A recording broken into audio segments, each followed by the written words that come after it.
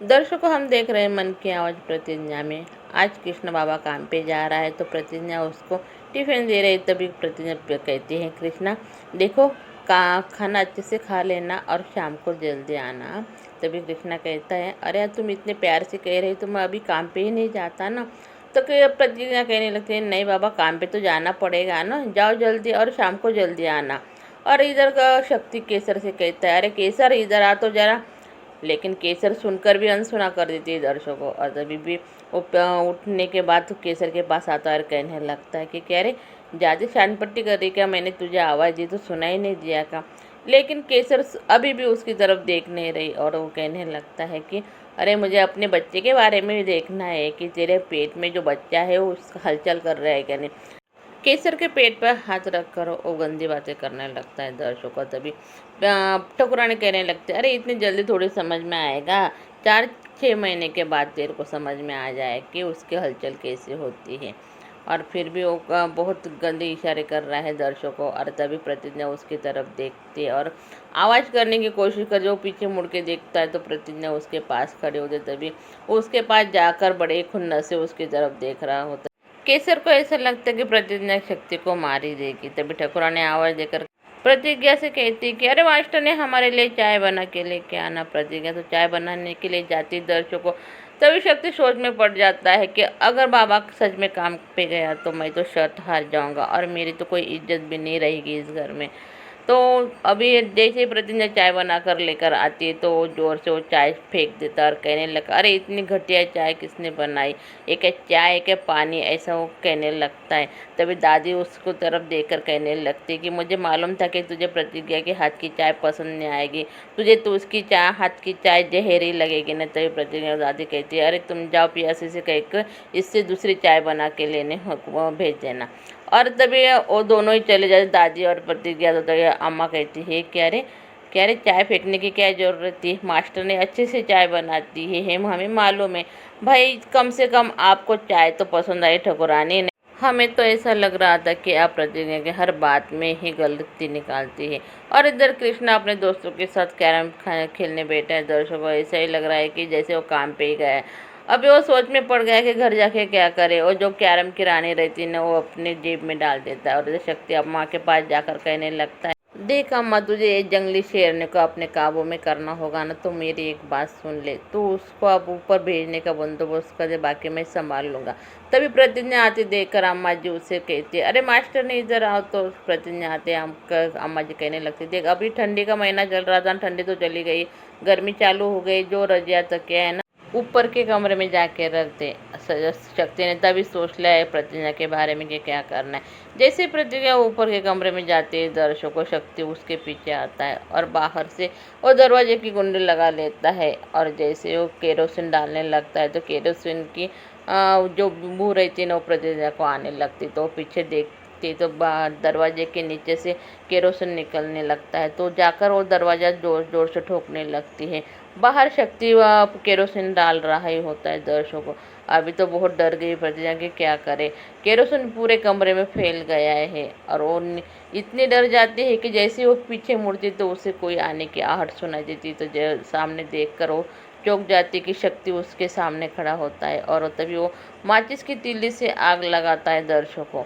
और जैसे ही वो आग प्रतिज्ञा के ऊपर फेंकने वाला होता है तो झट से किसी के आने की आहट सुनकर वो भी बाजू में छुप जाता है। लेकिन प्रतिज्ञा बहुत डर गई दर्शकों, पूरा केरोसिन कमरे के अंदर है। और तब तक तो प्यासी कमरे के में अंदर आती है और देखकर वो भी चौंक जाती कि और कहने लगती कि अरे कृष्णा, वो आप यहाँ क्या कर रही है।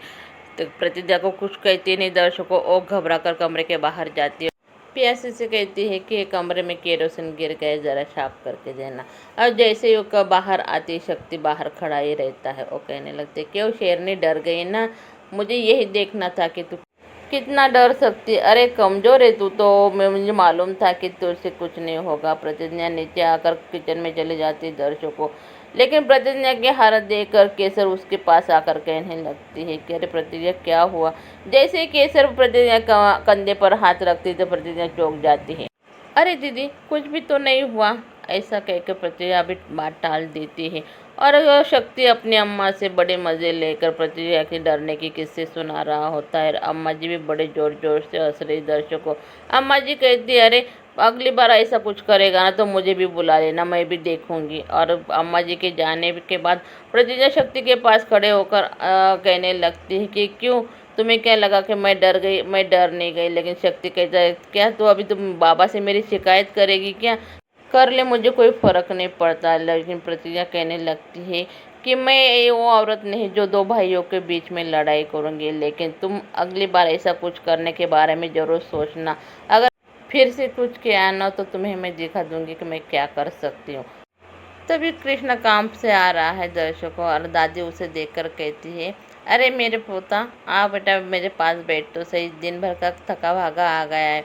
और कृष्णा को प्रतिज्ञा पानी लेकर आती है, और ये देखकर शक्ति अभी बड़ी खुन्नस से कृष्णा को कहने लगता, हाँ मुझे मालूम है तू कहाँ काम पे गया था। अरे मुझे मालूम है ना, तू उन लोंडों के साथ बैठा होगा, पत्ते कुट रहा होगा। तभी कृष्णा कहने, देख जबान संभाल के बात कर। और तभी शक्ति उठकर उसे कहने लगता है, मैं दिन भर वालू के ठेके पे काम करता हूँ, अरे इतना थक जाता हूँ कि घर पे आने की भी ताकत नहीं रहती। और देख तू कितना अच्छे से बन ठन के आ रहा है, कोई कहेगा कि तू काम से आ रहा है। ये बात सुनकर तो अभी प्रतिज्ञा भी सोच में पड़ गई कि आखिर कृष्णा क्या काम कर रहा है। कमरे में आते ही प्रतिज्ञा की तरह कृष्णा कहने लगता है, अभी तुम शुरू मत हो जाना। प्रतिज्ञा तो कुछ कहती नहीं दर्शकों, अलमारी से कृष्णा के कपड़े निकाल कर देती है। जैसे कृष्णा कपड़े के बदल कर अंदर आता है, उसके क्या जेब में वो कैरम की कौड़ी रहती है, वो नीचे गिरती है। और जो रानी रहती है ना, उसे देख कर तो प्रतिज्ञा कहने लगती कि कृष्णा ये क्या है।